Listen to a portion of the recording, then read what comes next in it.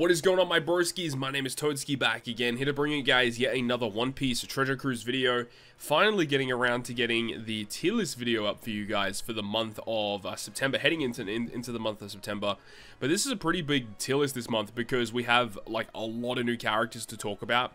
We've got the introduction of the brand new verses, like big Sugo Fest, Super Sugo Fest celebration. Recording this video on the 31st of August, right? So we feel like that there's going to be a part 3 to the celebration, so I feel like things may change quite drastically as we move forward into the next month as well. But of course, we've got these characters to talk about here, and of course, this is the tier list that we have. Remember that since the anniversary in May, we'd been structuring the tier list a little bit differently, still maintaining a top 5. We have the always using, kind of going by like how often you're going to be using some of these units, and that's kind of like how I've been valuing these units, because like a lot of these units you'll have, but you're just never going to use them in content. Like there's just not a lot of reason to. Whereas the characters near the top of this list, these are characters that you're going to be using in a lot of high-end content because they just have a lot of usability. And I feel like that's probably the best way to value these types of units these days, because we get so many legends come out in a month, but a lot of them, even though on paper their abilities are good and you can use them, it's like there's just better versions usually of characters that come out, especially for end of month batch characters, so long as they're not Super Sugo Fest exclusive, of course. So let's jump into things and see if there are any changes that need to occur in the tiers that we have here. Do characters need to go up? Do characters need to go down? Already seeing in the niche usages, like niche usage is pretty rough. Like this is definitely going to be the biggest tier in every tier list that we have, because there are some characters that have like some super unique abilities that like only they have, and like for that reason I feel like a lot of the units will just fall into this category. Characters that you're really not going to use that much at all, but they have like one specific use case or a couple of specific use cases where that one unit just fulfills a really specific role to combat certain pieces of content, and for that reason that's why I have a lot of these characters in this tier here. But I don't really see anything too crazy in there. Moving it up to the rarely used tier, I did talk about this guy last month, the Law and Beppo dual unit. Absolutely awesome character. I did actually recently pull the Kid and Killer dual unit during the month as well, and I also kind of devalued them. Honestly, this unit is very, very good. If you're running like a full Driven team or a full Powerhouse team, this character is a fantastic supporter unit for the recently released Blackbeard or the recently released Kaido. This character is so good for both of those. I was actually surprised looking at this unit that this character is straight up just Driven Powerhouse, because Kid and Killer, you'd expect it to be like striker focused or potentially slasher focused in some aspects, but no, they're just Driven Powerhouse, which is cool because they work really well with the newly released units that have come out during the month. As for the rest of the units here, I mean, Odin, honestly, I don't like using this guy that much in normal content. I know some people really, really love this guy, but personally, I kind of want to bump him down. I just don't really use V1 Odin all that much. There's just better units to use over Odin. I'm sorry. I'm sorry for the Odin, you know, lovers out there, but I don't see it personally. I really just don't. Law Kid probably should be a lot higher here. V1 Roger's still pretty good. I mean, you can just use him for just about anything, you know. This Kaido actually got a little bit more support with the recent release stuff, not specifically for Versus Kaido, but works really well with Versus Blackbeard, so that's a pretty good unit to use for that. You could also use it with Law as well, because he is a striker and a powerhouse captain, so actually a good unit that you may want to look out for in the future, so just be on the lookout for that guy. I think this Kaido is also kind of devalued. He is actually really, really strong. Really good for co-op quests as well. If there's ever a mission where you need to use like a quick Driven or a quick Powerhouse team, this Kaido is pretty much always going to be on it. He's the captain I always use. Until we get like a better quick Driven or a quick Powerhouse character to be using as a captain, he's just always my go-to be honest. I can't wait to see Sobermask get a 6+. I know that he should be getting one somewhat soon, you would think. He definitely needs one. Same with like Luffy Zoro, who's not even on this list because Luffy Zoro is just that bad. So those characters, I really cannot wait to see them get a 6+. I really wish Lilith was a lot better than what she was, but there's not a lot of cases for her. Potentially if we get more cerebral support, like the potential part 3 that a lot of people are thinking about is going to be like Kid and Shanks. And if Shanks ends up being cerebral focused, it'll be nice to get some more support for Lilith. As for the rest of the unit tier, I feel pretty comfortable with these positions. Moderately used tier, so now we're actually getting into some big boy stuff right here, right? So, for a tier such as this, we've got some good units in here, man. Like, I will say though, Sai Yamato, even though she does have the recent level limit break, I kind of want to put her near the bottom of this, because there's just better units to use in a lot of cases. She does have the special bind removal special though, which is a huge addition to this character's kit. But I don't think it really carries her that hard. I mean, same with like Doflamingo and Sugar. Pulled them somewhat recently. I kind of want to bump them a bit lower. Just you don't need them a lot of the time. You just don't. I don't see their usefulness that much compared to a lot of the other characters in the game. This Strength Blackbeard definitely gets a pretty big bump up with the recent release of the new units. Really nice unit to have. I really wish Exchange Ace saw a bit more play, but we'll see. He does have some synergy with the Versus Law character, and if Versus Law ends up seeing some play in Super Boss Kizuna, this character will inevitably see play alongside him. So we'll wait and see how that eventuates. Roger and Odin, I don't like Roger and Odin that much. I'm not a big fan of their design. They're just too plain. They're too boring. They're too vanilla. You know what I mean? They don't do a whole lot. As for the rest of the units though, I'm really happy with the rest of these units. These units are all really good characters that are going to see some niche play. It's more than niche play. These characters will see usage here and there. They just have such good abilities to have on your account just to get around a lot of different things. Or like a character like Roger Whitebeard. They're not really great utility-wise, but the usefulness of that switch effect, very good for co-op quest. Sometimes you just need a special that removes a lot of despair. This character can provide that. Roger Whitebeard surprisingly have a couple of really good supports as well, because Whitebeard has been receiving a bunch of support, so shout out to that guy for that one. Film Red Chopper, I kind of want to put him a bit lower. I just don't really use him all that much personally. I know he's good, but I feel like some of the other characters up here are a bit more useful compared to what Chopper does. Chopper does provide the duping cotton candy captain ability, so there's that, but I feel like V1 Chopper is just better, despite the fact that this character does provide more offensive powers compared to V1 Chopper.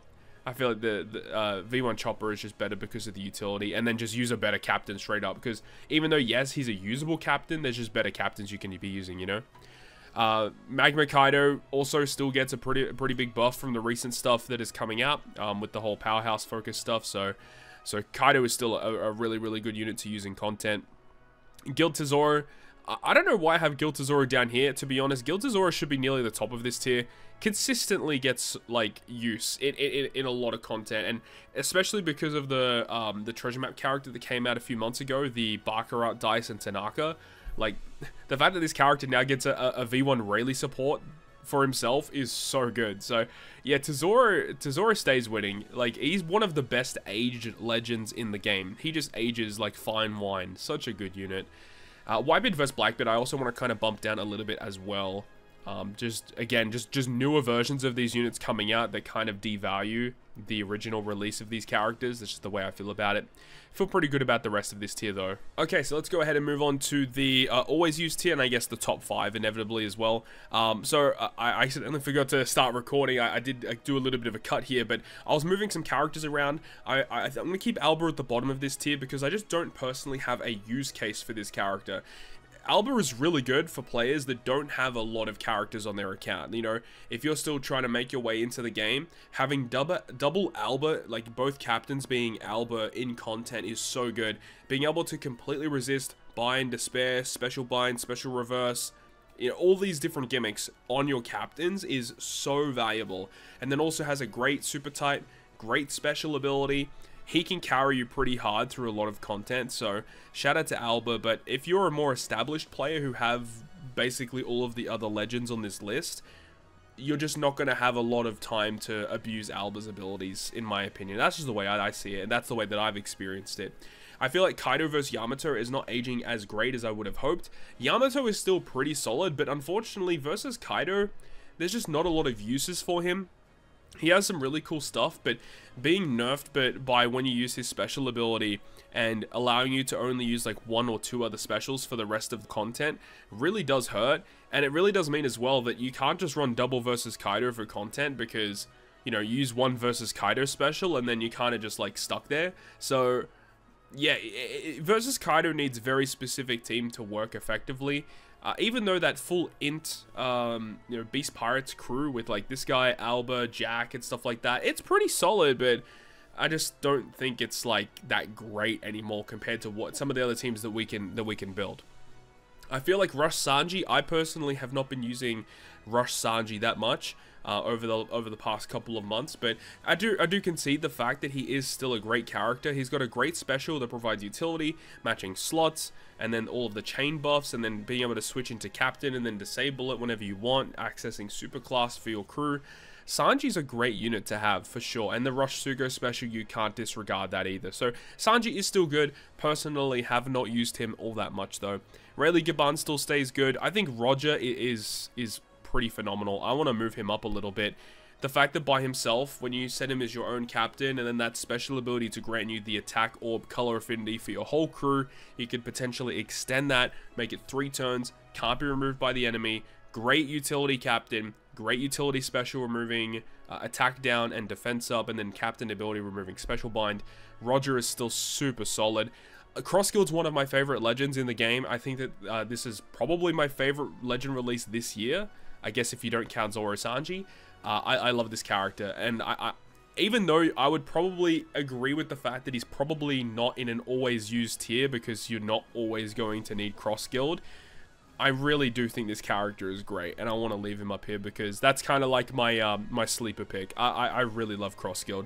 Kind of an overlooked character. He is like an exclusive character in a way, because I'm pretty sure he's an anniversary exclusive character, so he's not going to be available on a lot of Sugo Fests moving forward. But if you ever get an opportunity to get him, he does provide some crazy abilities. And Mazora is still good. Of course, you need to tie him up with Hiyori to make him actually good. Nami Karina, we all know how good Nami Karina is, one of the best units in the game, honestly. Even this Nami, seeing a little bit more play because you can synergize this with the new Luffy, because the new Luffy, the versus Luffy, can do a defense down or an increased damage taken conditional boost. Nami can give you the paralysis conditional boost. You can stack that with this Robin to grant you the double stacking conditional boost, and of course double stacking conditional boost with Big Mom. And then we got, like, moving up to near the top here, Dual Yamato.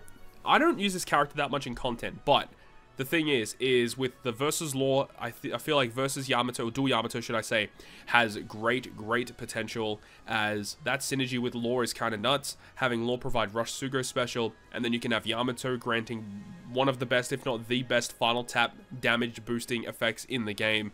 Her final tap just does so much freaking damage, and lore has the inbuilt effects to add damage to the next final tap that is a striker unit, so this just synergizes perfectly with what Dual Yamato aims to do. So I feel like they're trying to open the door for that potential team to be a thing, potentially, we'll see, in the next Super Boss Kizuna. And we got Shanks, we got Luffy, we got Ace, Uta, Psy Gear 5, which remember does include the 6-star Psy Gear 5. And remember, this Uta does count the 6-star int Uta as well. And then we've got Zoro versus Sanji. Zoro Sanji dual unit. This unit is just the #1 best unit in the game. This unit is cracked, just providing so much stuff. I don't know if I talked about it in my last month's tier list, but the fact that Zoro Sanji can enable a team of, like, this captain of Dual Yamato, the friend captain Ace, and then you can have Cross Guild granting set target status, and then all of the buffs from this unit. The fact that all of those 4 units can actually work and be one of the best damage dealing teams in the game is absurd. That team would not work if Zoro Sanji did not exist. And not only do they do that, they have one of the best switches in the game, and Super Switch, great utility special. There's nothing really wrong with this unit, aside from this character has actually a kind of mediocre captain effect. But if you take that aside, this character is the best crewmate in the game for what this character does. Just an absurd character. But enough of talking about that. Let's actually talk about some of these new characters, right? Let's start things off, because I know that's what everyone is wanting to see. Let's go ahead and have a look at Kaido versus Luffy. Now, remember that this is going to be combining these 2 characters together. So where are we going to be ranking Kaido versus Luffy? I really do like what this character does. Remember, the thing about versus units that makes them so crazy is that it's basically 2 legends in one. Like, you're getting Luffy and his free spirit focus stuff, but then you're also getting Kaido and his driven focus stuff. I think at the moment I'm gonna put him at the top of the always used tier. This character is phenomenal. Kaido has great utility. Kaido has the same utility that Uta does: special blind, special reverse, sorry, and paralysis. And we know that that is part of the reason why Uta is as good as what she is that utility in her captain effect is crazy. And of course, Uta's has a really crazy special as well. But Kaido has a great special as well when you're going to think about it. You know, the full border slots, you've got the attack boost, you can buff whatever attack boost is withstanding on your crew. Removing defensive effects, like, dude, he just does so much. And then Luffy, man, the territory, obviously new mechanic, very, very good for this unit. And then the effect in his captain effect that I think a lot of people will overlook, being able to add an additional turn of blue shield, rainbow shield, threshold, and resilience removal, that's pretty cool. We haven't seen that in a captain effect before, so this enables some of your other free spirit crewmates that were typically not that good before, and makes them a lot better than what they are. He's really powerful. So I think that Kaido versus Luffy is well established to be at a bare minimum in the always used tier on my tier list, for sure. Let's move on to the Oiran Yamato. Yamato is also a very, very cool unit. Very, very interesting. This unit, basically, if you're able to build a full team of Mono Free Spirit or a full team of Mono Cerebral, then you get access to a couple of key pieces of utility. I will say though, Yamato is a very difficult character to use effectively, because yes, if you build a full team where every single character on the crew is both Free Spirit and Cerebral, that team goes crazy. Being able to resist 3 turns of Bind, Despair, Paralysis, and Special Reverse, it's just insane, right? But it's like 3 turns of that, and if you're on double Yamato, 6 turn removal of Bind, Despair, Paralysis, and Special Reverse. Like, that is insane, that amount of utility. You just do so much with that. So that is cool, but you gotta remember that you're not always gonna be able to build good teams that are full Free Spirit and Cerebral, unfortunate as that is. Unless if we get a character in the future that can change all of your characters into that said class, kind of like a Zoro Sanji, but instead of for Slasher Free Spirit, it's for Free Spirit Cerebral. If that ends up being the case, this character is probably one of the best characters in the game, but as for now, I am going to put them in the moderately used tier. And as for the positioning in this tier, that's also actually pretty difficult. But I think at the moment, I would leave it in the bottom of the moderately used tier. I don't feel comfortable putting it too much higher than this. I just personally don't see myself using this Yamato that much. Yes, this character has great synergy with the Luffy from the Kaido versus Luffy. Being able to generate that attack and orb boost is really good. Percent damage reduction attack boost is also a really nice effect this character can get access to. And also the effect in the special to remove 7 turns of any one specific debuff. All of these things are very, very good, but it's just about finding space for this character on your crew. And I mean, remember, when you do use it, you have to run a full Free Spirit team or a full Cerebral team in order to actually like make full use of her effects, honestly. So Yamato is just really, really finicky.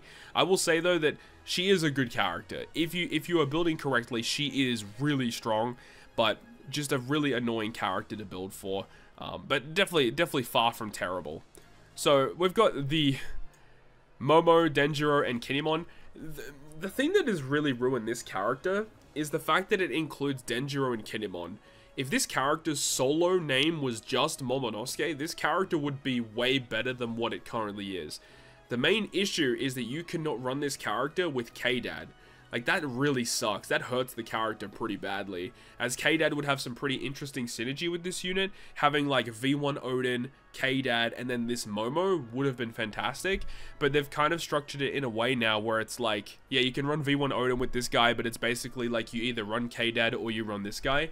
So, and that extends to PvP as well. So it's kind of annoying that they've really done that to this guy. The character's kit, all in all, is just mediocre across the board. I mean, I guess I'm being kind of generous putting him in the niche uses tier. But the thing about it is this character does have the ability to remove damage nullification, which is a very rare defensive effect to remove.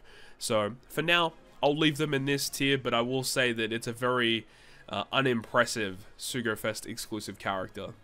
So we move a little bit on, we've got this Dex Whitebeard.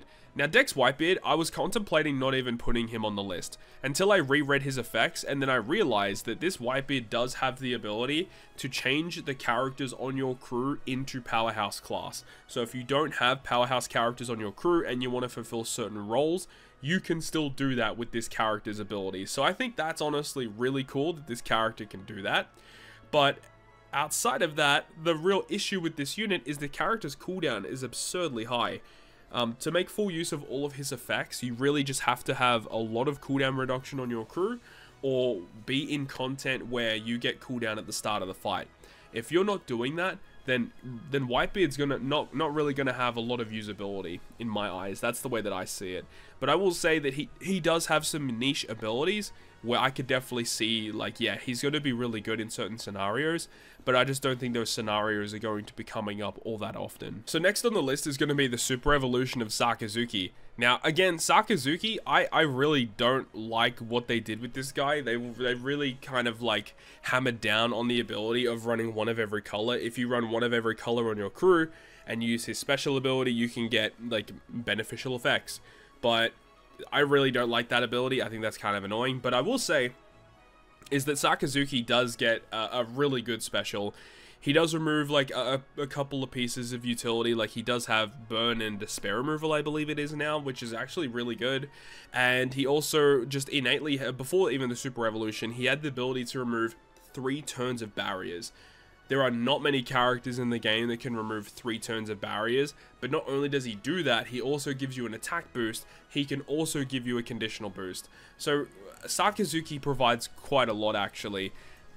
But the thing is that some of that utility is a little niche, and he's got a very odd class combination. He's a fighter and a shooter, and that can also kind of hurt him a little bit. Like, because fighter and shooter as a class combo, fighters are just one of the worst classes in the game, and shooters aren't really used all that much. As much as I love shooters, you have to respect the fact that, yeah, shooters are really just not used all that much.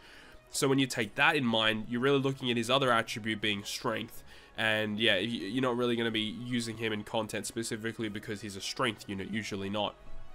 So that's another thing that hurts him. But Sakazuki, he got some interesting buffs for sure. Great utility increases for him, and just bigger numbers across the board. So Sakazuki's not bad by any means, but there's just a lot better units you could be using. But the 3 turn of barrier removal, I can definitely see myself using Sakazuki specifically just to remove 3 turns of barrier. Alright, we've got 2 characters to talk about here. We'll leave the versus unit for last. We have the Kuzan. Kuzan is such a disappointment, dude. They could have done so many crazy things with this guy.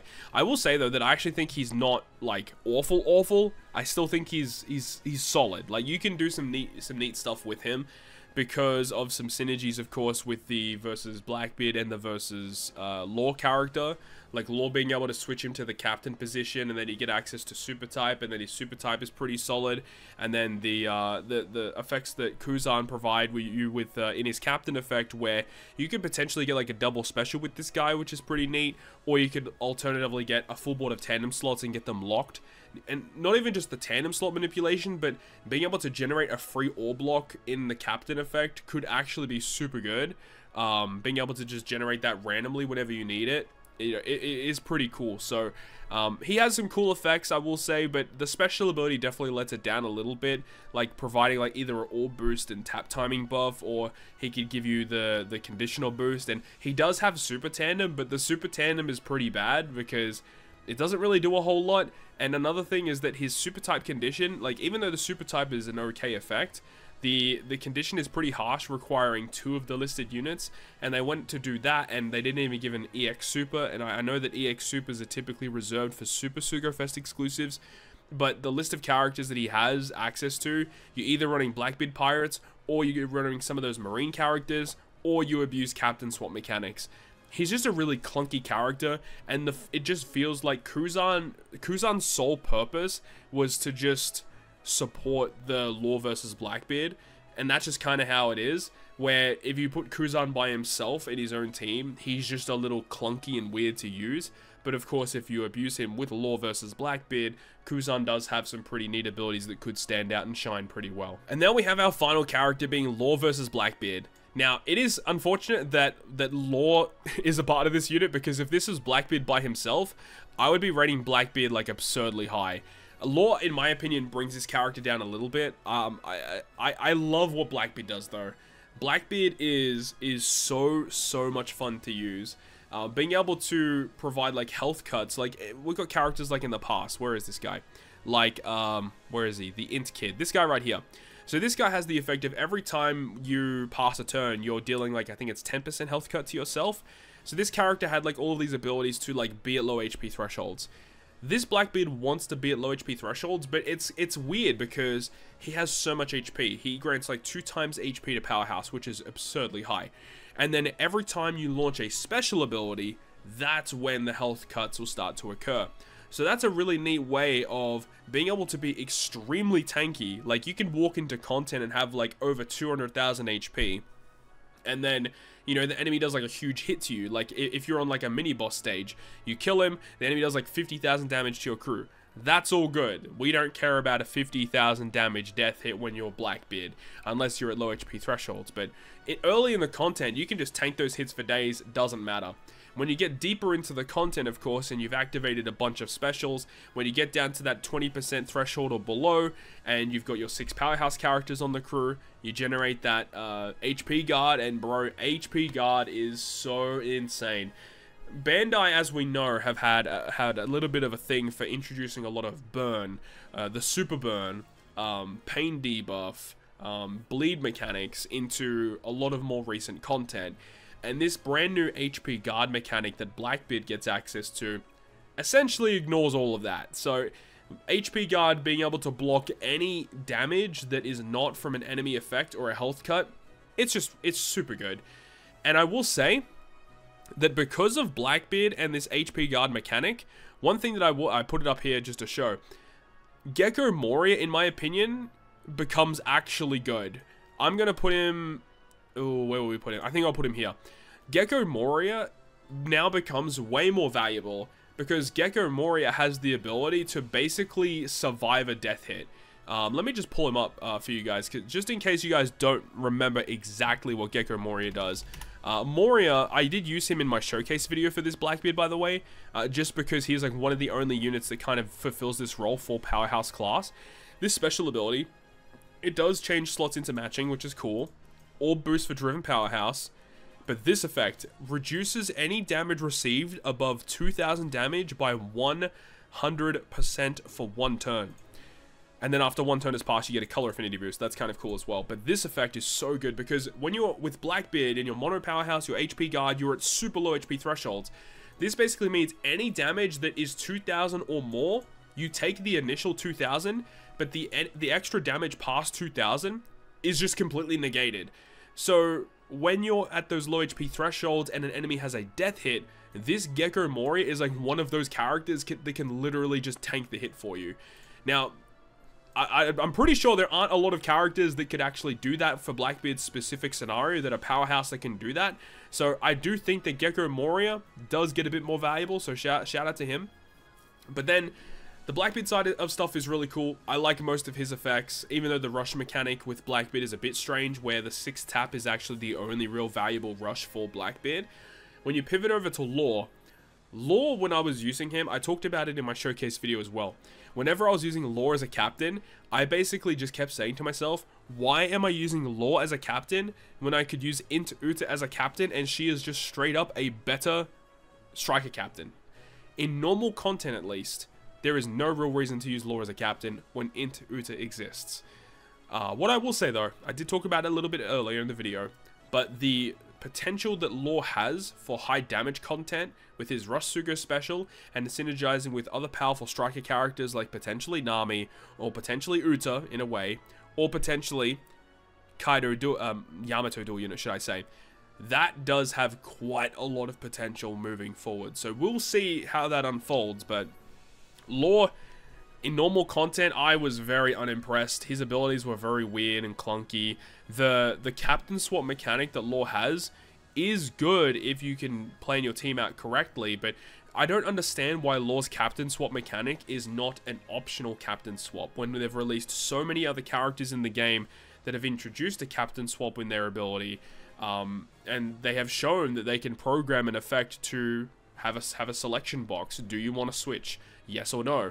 That should be an optional effect. I don't understand why it's a thing, because sometimes you have to build your team in such a way where characters need to be in set positions, otherwise the team won't work. And Law with his effect says specifically the middle right position has to be switched to the captain.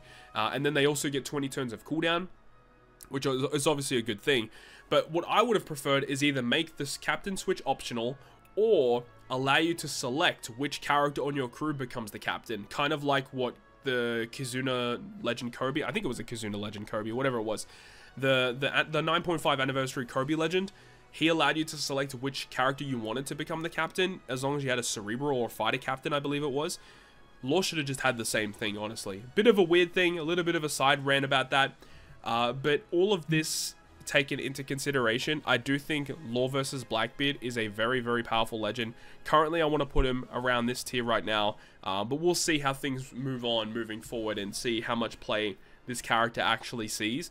But I do think that Blackbeard is a very well-designed character, very, very interesting unit, and the versus abilities, I will say, in this celebration for both Kaido versus Luffy and Law versus Blackbeard, the versus effect requirement and the activation effect, fantastic, because a lot of versus characters in the past have had absurdly difficult to achieve versus abilities, and a lot of the times the payoff just was not worth it for the amount of effort you had to go through to generate their versus effect. Whereas with these two units that they brought out in this celebration, they're fantastic. They did a really good job designing the versus abilities across the board there. But we are not finished. We have one minor thing to talk about, which is the top 5. Are we going to change the top 5? Now, I think I am going to be changing the top 5 a little bit. I am going to be putting Ace a little bit higher. I think Ace is currently my second favorite unit in the game.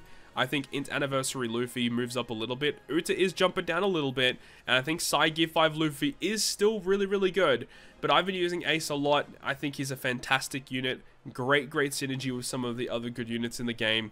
I think currently this is where I'm going to put it. But again, these are the same top 5 as last month. I just don't think that any new characters that have come out have kind of touched these units yet. Because they just have so much going for them. I think a lot of people may argue that Kaido vs Luffy is probably jumping into top 5. And look, that's the thing. I feel like Zoro and Sanji dual unit is the clear and cut #1 best legend in the game. But then after that, there's like a big handful of characters that a lot of people could probably consider to be the next best 4 units in the game. And that's completely up to your decision. I just feel like clear-cut #1, Zoro Sanji is the best. I am not moving from that position, at least right now. But then after that, you can go for your life. I don't care what you guys say about that. #1 is Zoro Sanji, though. It is what it is. But that's my opinion. But anyways, that's the tier list for the month of September. So I really hope you guys enjoyed this one. If you guys have opinions about how this tier list goes, definitely let me know down below in the comment section. I know you guys love sharing opinions about tier list, and of course the link to this tier list to make your own list, it will be down below in the video description. So thank you very much for watching the video. I really hope you guys enjoyed this one, and if you did, make sure to go ahead and leave a like. And if you want to stay up to date with all the content I post, including more One Piece Treasure Cruise content, make sure to hit the subscribe button down below. On that, guys, I'll see you guys within the next video.